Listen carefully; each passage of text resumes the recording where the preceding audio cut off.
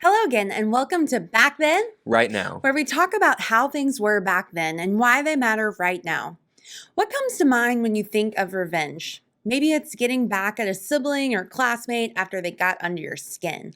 Or maybe it's the plot of a movie you like or hate, where the main character goes on a quest of vengeance. Revenge might feel like a kind of lofty, even symbolic word. Unlike anger, it's not something we probably feel like we encounter every day. Yet the roots of revenge grow deep and it can get real personal real quick, even if we're not consciously thinking of it.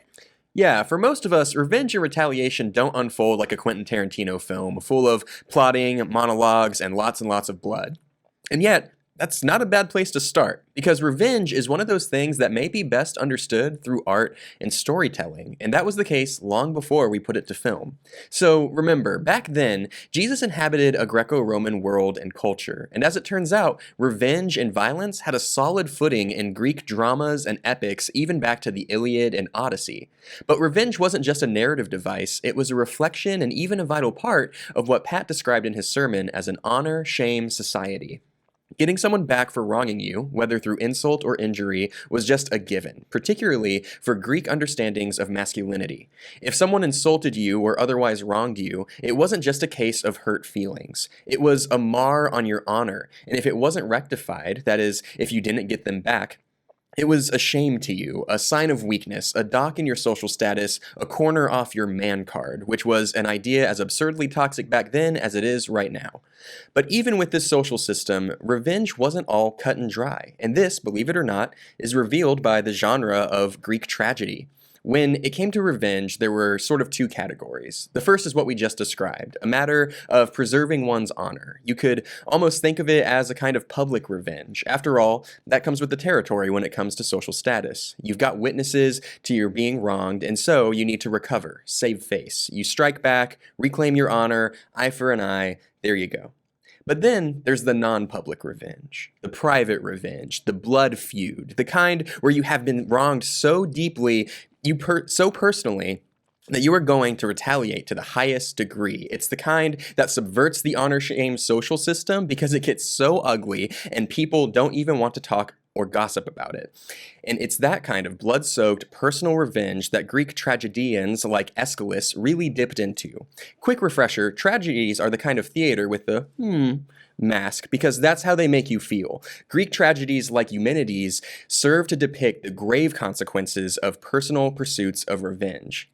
But, especially in a place like, let's say, Athens, it also served as a kind of self-congratulatory reminder to people about how far they've come in civilization. By seeing how awful things get for characters on their personal vendettas, people could pat themselves on the back and feel good that in their advanced Greek society, they at least had courts and ways to see necessary revenge through, rather than stoop to primitive and bloody feuds. It was still revenge, but it was revenge with a process.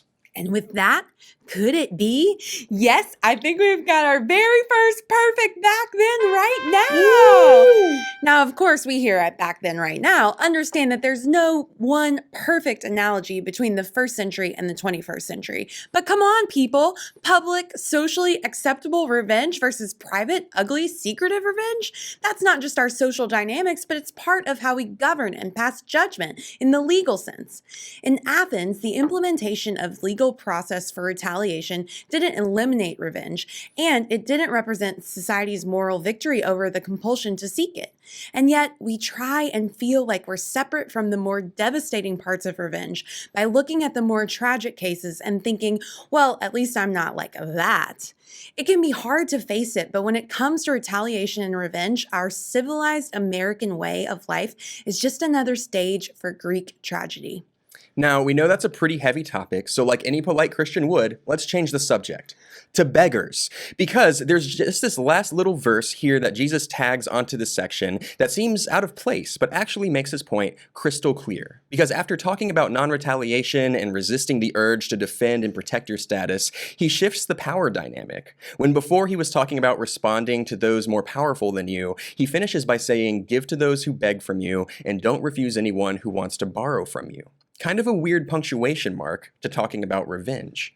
So, if Jesus is invoking a lot of imagery about Rome, why suddenly pivot to beggars? Well, a couple things to know. First of all, the notion of beggars, at least linguistically, is actually pretty rare in the New Testament and beyond. Beggar is a noun, which makes the person a kind of character. In the Greek, the word is actually one who asks of you, focused more on the action of asking. And in the Hebrew, well, there's actually not a word in biblical Hebrew for beggar. Now, there's a lot of reference in the laws of Moses to the poor among you, and a word that's used in the Psalms that gets translated in English to beggar is actually better translated as one who seeks bread, and another instance in the book of Sirach of one who wanders. But when it comes to someone who would go door to door asking for alms and charity, well, that idea wouldn't come until later, roughly around the same time that flannel graphs were invented.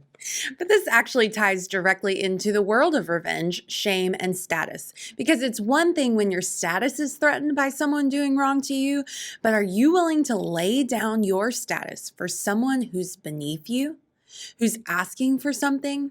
What happens when you're in the position of power? And sure, we might ask, but what if they're trying to take advantage of my generosity?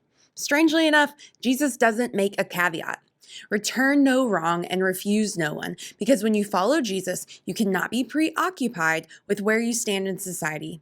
There is nothing for us to defend or protect. The direction of our social mobility is always downward.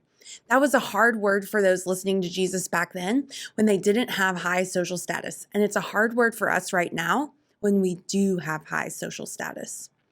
And that's a glimpse into how things were back then. Right now, we want to hear from you. What do you tend to do when someone bruises your ego? And what are ways that you see people still seeking retaliation, even if they try to package it nicely? And who might be asking something of you that you're unwilling to give because you don't know what other people would think? Let us know in the comments below, and we'll see you next time on Back Then, Right Now.